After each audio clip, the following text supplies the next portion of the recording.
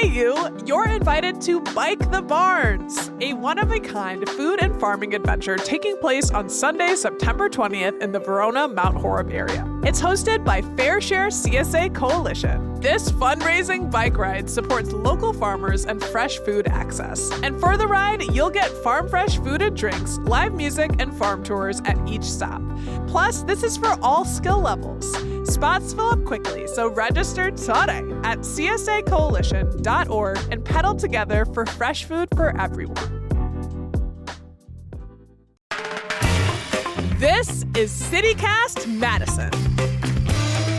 I'm Bianca Martin, and here's what Madison's talking about. Today, the Goodman Foundation says farewell. Fitchburg looks for flock alternatives, and UW looks to freeze tuition for 2 years. Plus, in our Neighbors Only segment, chatting about that polling firm that shut down that was straight up delivering fake data. What the heck? All right, we're going to talk about it. With me today is our executive producer, Haley Sperling. Hey, Haley. Hey, Bianca, no fake news here, just reporting on the fake news. Yes. And Rob Thomas, our newsletter editor. Hey, Rob. Hey, Bianca. So let's get into it. Rob, you have some news about a Madison institution that's closing down. Yeah, it's I guess I would call it bittersweet news because this institution is shutting down, but it's sort of like a mission accomplished moment because they've done what they wanted to do to make Madison a better place. I'm talking about the Goodman Foundation, which has donated $67 million to projects throughout the city over the last 15 years. And the foundation has announced that it will shut down on August 31st. So, I mean, you may not be familiar with the Goodman Foundation name, but I'm sure the name Goodman rings a bell. Yeah, I mean, it kind of gave me chills when I heard the news. I was like, oh my gosh, I'm thinking obviously of Goodman Community Center, the Goodman Pool, and of course, Goodman's Jewelers on State Street. I know I made it sound like Chalmers, but all jewelers have that ring in my mind. I don't know if Goodman Jewelers had a jingle. They should have. They've been pre-jingle. But yeah, the jewelry store was the OG. There's also Goodman Park and Goodman Diamond, fitting for a jewelry store, which is where the Badgers baseball team plays. Goodman is everywhere. So what's the connection between all of those? Well, the connection is Bob and Irwin Goodman, the two brothers who started Goodman's Jewelers way back in 1933 on State Street. And it is still the city's oldest, still operating full-service jewelry store. The brothers weren't Madison natives, but they moved here. I guess Irwin had a track meet here and just fell in love with the city. And they moved here and opened a business and were very successful.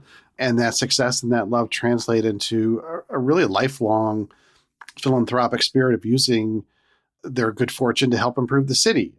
Irwin died in 2009 and Bob died the following year. And the foundation was started with $33 million from the two brothers' estates to give back to this community. And then what happened was over the course of the next 15 years, that principal and $33 million was invested, and that caused the pot of money to grow. The foundation invested in projects ranging from, like I said, Goodman Pool to the Madison College South Campus to the Goodman Nonprofit Center at the Madison Community Foundation. But overall, they've given money to parks and libraries and nonprofits, UW Athletics, like I said, even a skate park. Their name is literally synonymous with Madison and these public goods where people come together to, collaborate and learn and grow and enjoy the city. So much of Madison has the Goodman name plastered on it. And we're so lucky to reap the benefits of that. I feel a little silly, I'm not going to lie. When I first read this news about the foundation shutting down, I was like, oh, it's the jewelers. That makes sense. I did not put those two together for a long, long time. But the first question I have here, you said $67 million over more than the decade. What happened? Why is it shutting down? That money doesn't just go away, or does it? Well, it did. I mean, the short answer is that they're out of money. And the long answer is that they were intending to run out of money. The executors of the foundation decided about 5 years ago that, they had the option of just kind of making smaller donations and keeping investing and keeping the foundation going in perpetuity. But they decided they wanted to give as much as they could in the short term to make the most impact on the city, and then just look ahead and go, we'll plan to run out of this money by 2026. So they've had this plan in the works for years. And just to make sure nobody's worrying, just because the foundation's shutting down doesn't mean all the things that benefit the foundation are going to shut down. The pool is not going to shut down. Goodman Community Center is not going to shut down. Any of the places that benefit from the foundation will not be closing. And in fact, the foundation gave those recipients a heads up years ago that this day would come, and was helping them prepare financially for the day when the foundation would be no more.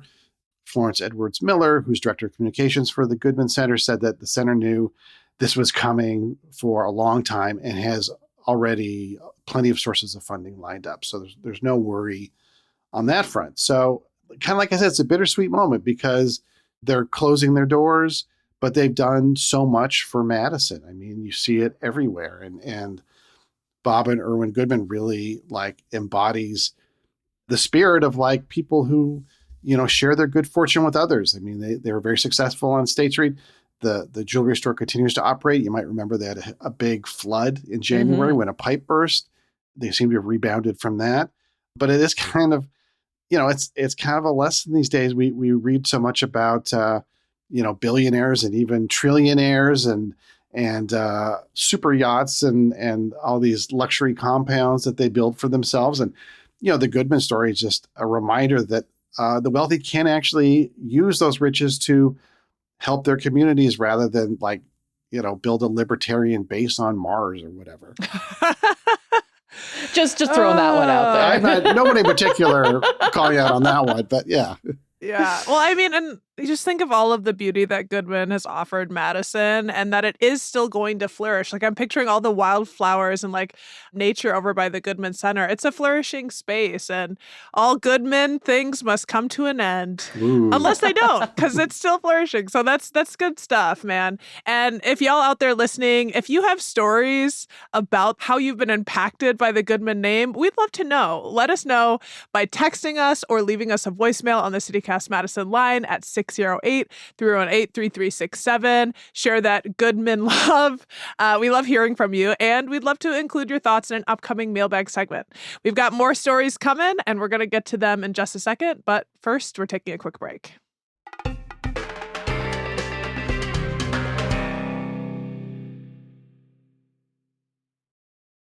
Flock cameras, what's the word? The Fitchburg Police Department is the latest local law enforcement agency making moves to ditch the controversial flock camera system.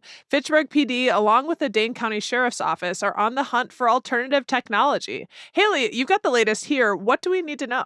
Yeah, so a little bit of context here. The Dane County Board voted to end its contract with Flock back in April, and the city of Fitchburg followed suit in May. And the Dane County Sheriff's deputies put bags over all 26 Flock cameras across the county back in June. So if you see just those trash bags flying in the winds, probably covering up an old Flock camera.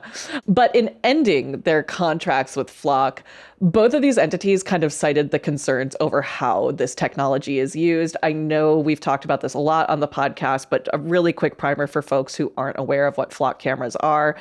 These are what are known as ALPRs, automatic license plate readers. Flock cameras can also capture the make and colors of the cars, and this is not what's controversial to police and to citizens in general. Cops still want this technology, but what is contentious is how the data is used. So Flock has and actually touts the fact that it has a data sharing system that allows law enforcement agencies to share this information between the agencies. And in some cases, this information has been used by ICE to track and detain people. And that's kind of just the tip of the iceberg there. Like I mentioned, Flock really touts the fact that they have this big national system. And they note that whoever is using their cameras and using their systems can opt in or out of this, but they say 75% do opt in. And the Flock controversies are, throw a rock and you find one, right? We have talked about on the show the case of a Texas woman who was tracked down after getting an abortion.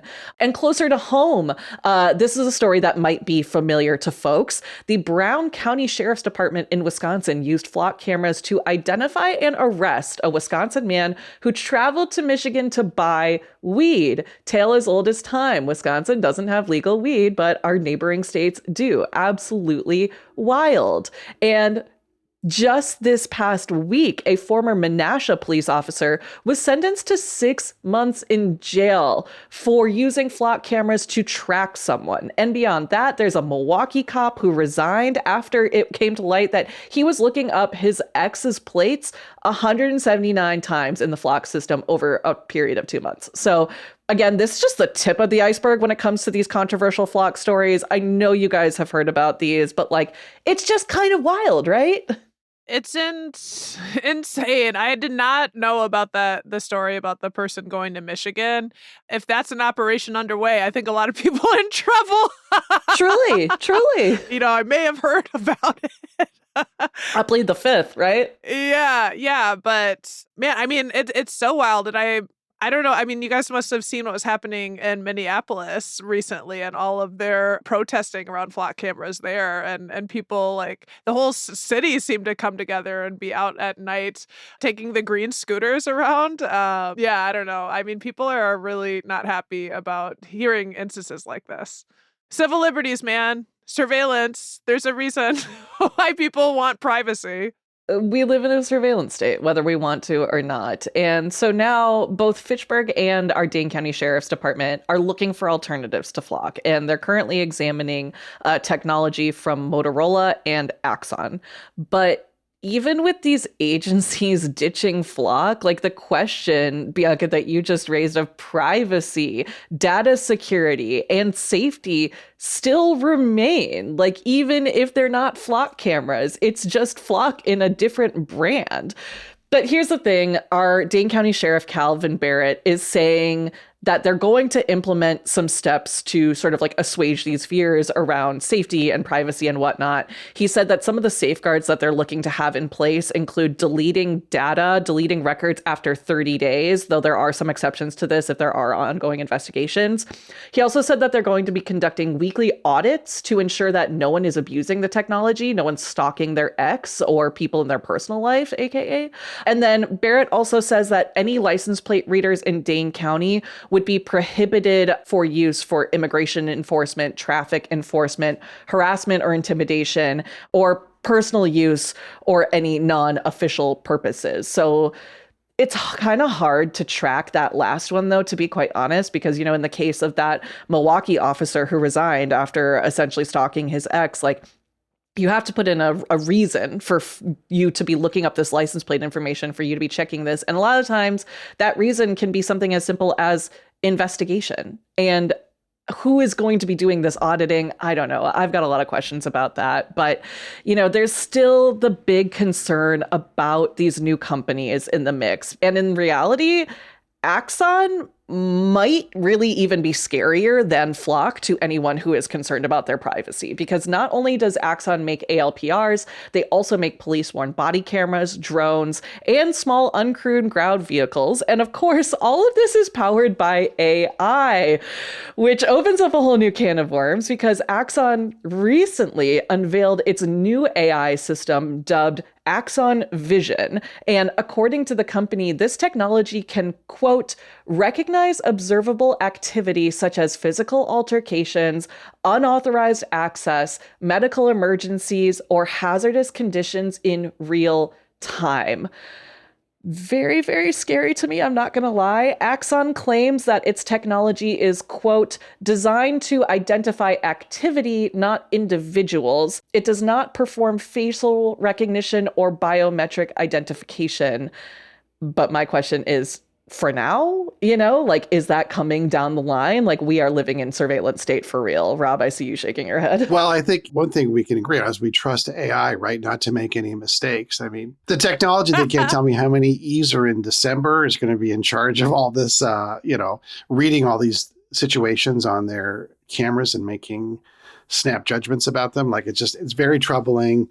I read that Axon is like licking their chops about all this backlash to Flock, because they're moving into these communities that have rejected Flock and saying, oh no, we're a kinder, gentler surveillance system. And they're looking to make a lot of money by this. It's like, oh, I'm wearing a wig now. Wait, isn't that you, Dwight? Like, I can still see it's you. You got a haircut or something. Yeah. Yeah, Dwight in the office when he's wearing all the wigs. That's surveil. it. Like, that's really it, though. And to be honest, like, and maybe it's the journalist in me, we are taught to be skeptical, but I do not trust a lot of the statements that are coming from these companies. You know, we haven't even talked about ShotSpotter technology. I'm not going to open that can of worms, but like, there are a lot of questions here, and folks are and should be incredibly wary about the surveillance aspect of it all. And like I mentioned, you know, Axon really touts the fact that it doesn't have a national network like Flock does, but police departments using Axon technology can enter into sharing agreements with each other. So as that Axon network grows, so does that opportunity for a sharing network. According to 404 Media, they report on a lot of tech. Axon is also partnered with the Ring digital doorbell company, which lets Ring customers share video with law enforcement.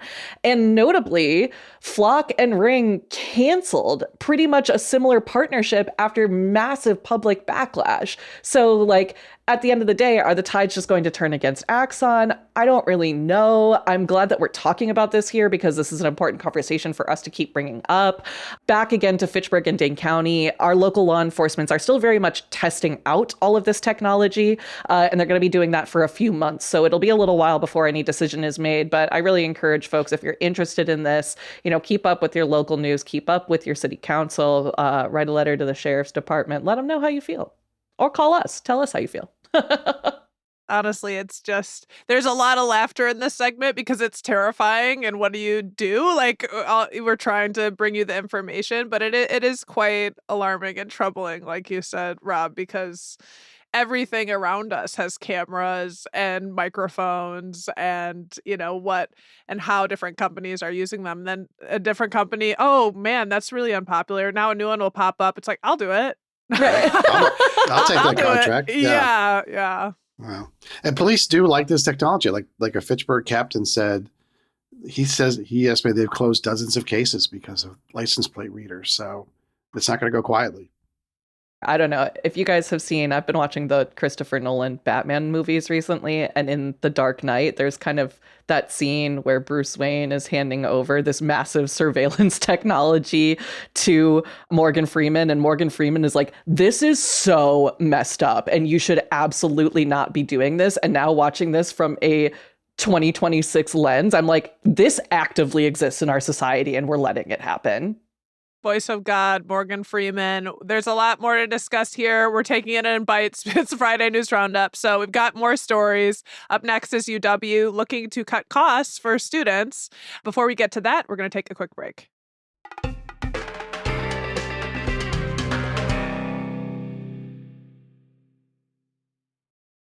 What's that I hear? Slightly declining tuition for future UW-Madison students?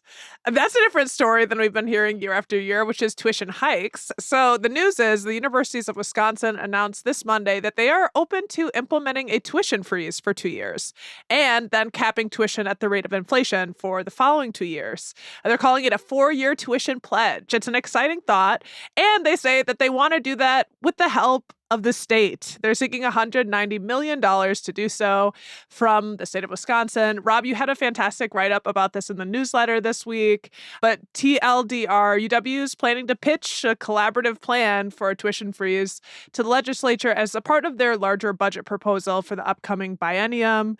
You know, the legislature, the budgets happen every 2 years. What are y'all's thoughts about this?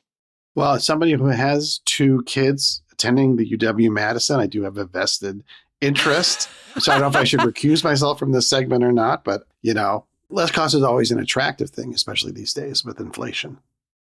I mean, it's like, it's less, yes, but it's not actually going down, right? Like, they're just going to freeze it and keep that in line with inflation, which is always a good thing, right? I do not have any kids in college. I don't think my cats are going to get accepted into any UW system school. But I think talking about affordability is huge, and especially the cost of higher education. So anything that we can do to make that more accessible to people is huge. But the question is, will the state step up? Will the state be interested in this? Because so much of this depends on that money from the state.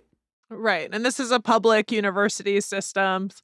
I mean, my thought on it is this is very important because we need our universities to be reckoning with the cost that they are putting on students. And so it's a moment like, ha ha ha, and the state, help us out. But I do think that the universities of Wisconsin need to look at how much debt that students are getting saddled with, because there was a time in our country where education was really accessible and it's getting increasingly less so.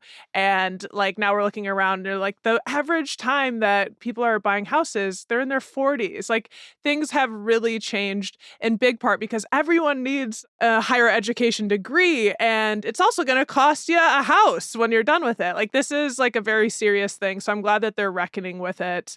The Board of Regents President Kyle Weatherly said if the legislature doesn't play ball for this plan and give them the aid that they're seeking, the $190 million, that it's going to be very difficult for them to not once again hike tuition. So year after year, I've just been hearing about, okay, UW's prices are rising and they're rising again. A lot of information that I'm bringing here is coming from WPR's Corrine Hess's reporting.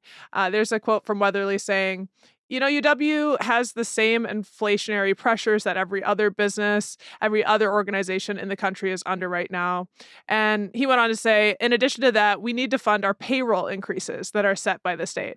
So that's a continuing pressure, is salaries for staff. Of course, this plan would be decided in part ultimately by our next governor. We know that Republican candidate Tom Tiffany already pledged this spring that he would support a tuition freeze. So this is definitely under discussion, and it can't hurt. It can't hurt. Like maybe it's not major, but it's not nothing in terms of not having to pay more and more each year.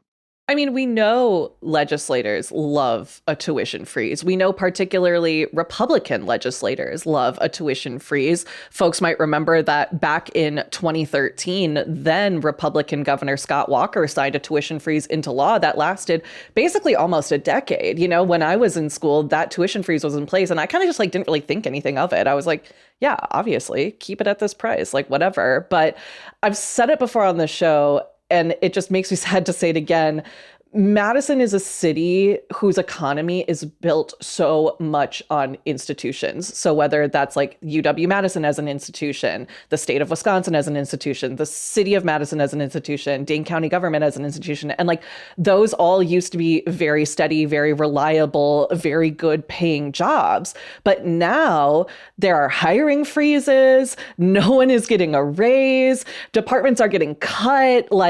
These are people and places and institutions that need the money. And now it's getting caught up in the state legislature. I'm very curious to see what happens, because last time UW asked for money, they essentially had to gut their DEI department in order to get funding for staff raises, which are so desperately needed to keep up with the increasingly huge cost of living that it takes to be in this city. We just talked about it last week on our members only segment, affordability in Madison. It's expensive to live here. Yeah, and it's expensive to go to school as well. I mean, it's hitting everybody in every way. The UW system also floated this other idea. They called it Wisconsin Work and Learn, which basically, if a student pledges to work or to take an internship or an apprenticeship or something like that, they basically get last dollar financial aid. So every dollar not covered by state or federal financial aid would be covered. So basically, is that tuition free basically? I mean, it's basically a great deal. So I think as the UW is trying to show people look, this education is valuable. It's worth the money, and we're trying to find ways to make it as affordable as possible for Wisconsinites. They're trying to innovate a little. And also, not all students have financial education or know what kinds of debt they might be getting themselves into. I can speak personally to the fact that it's kind of hilarious. When I was an undergraduate, I had scholarships the first year because I was a good student in high school. And then sophomore year came, and it didn't even click to me. I'm like, oh, I need more money. I remembered the day I was like, oh, I need more. I worked all through high school, but like I need a lot more money. And that day I went and walked over to MoMOCA, the Madison Museum of Contemporary Art. And I was like looking for a job and then got a job at Merchant. That was the same day. And I just walked up to the Capitol. But yeah, that would make a huge difference, Rob, what you're talking about. Because I know a lot of students now too, like I've heard folks and looking at MATC, like, how am I even going to afford this at all? Like, there's so much uncertainty from the Department of Education at the federal level and what's available. So it's making these conversations so important. And we're going to continue to follow what happens here with the tuition hike recommendation and that program you just mentioned, Rob. Speaking of supporting things we believe in, let's turn to our neighbor shout outs. Womp womp. We don't have any this week. If y'all are neighbors listening, that's totally fine. But we do want to hear from y'all. We did get a new neighbor, though. Diane C. Thanks for joining the crew. Yay. I love that we have new neighbors. Even if we don't have shout outs, love to shout out our new neighbors. Thank you, Diane, for joining the neighborhood, supporting our work. It means so much to us here. And I mean, heck, do we want to do our own shout outs? I'll give a shout out from this week. I'm going to shout out Batch Bakery on Williamson Street. Man, yeah. I love their treats, and I have been frequenting that spot for their chocolate croissants, and they also have really great staff that I just want to shout out. I know at least one of them is a CityCast Madison listener. She pitches me ideas. I love it. So sweet, literally. I mean, I'll shout out, and I've talked about this before on the podcast, but the UW Cinematheque program, which kicks off next Thursday at Vilas Hall. So they had their summer season just wiped out because remember there's like a water coolant that broke and dozens of buildings had to close because they were too darn hot. But they're back next Thursday. They've got first run films, classic films, filmmaker talks, and it's all absolutely free. So I think it's just a great resource for cinephiles in Madison. Yes, I'm glad that you brought that shout out. And it is crazy. I can't believe we're already there. The fall season. I know. Scary. The fall season. My goodness. Well, hey, y'all, if you want to become a neighbor and get a thank you on this podcast, like Diane, head to membership.citycast.fm/Madison. And you can do shout outs on the Friday News Roundup. And we know a lot of folks are listening, so you can spread the word about great people, great organizations, fun things that need some shine or don't even need shine, but you want to throw some shine their way. You'll also get other great perks like the ability of ad-free listening, member-exclusive events and emails. You'll hear our Neighbors Only segment on this podcast as well. That's coming up next, and we're talking about the election polling company that turned out to be a bit of a hoax. Again, if you want to hear that and get those other perks, become a member today. Head to membership.citycast.fm/Madison.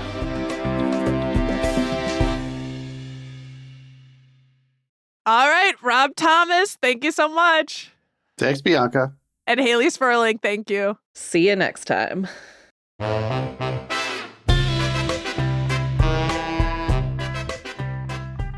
That's all for today here on CityCast Madison. I'm your host, Bianca Martin. We're produced by Jade Isiri Ramos. Katie McMurrin is our post-production producer. Haley Sperling is our executive producer. Our theme music is by Carl Christensen. Additional music this week by Wendy Marchini and Sarah, the instrumentalist from Epidemic Sounds via Getty Images. Rob Thomas is our newsletter editor. You can get more news delivered right to your inbox by subscribing to the CityCast Madison newsletter. And don't forget, you can support the show and get great perks by becoming a CityCast Madison neighbor at membership.citycast.fm/Madison.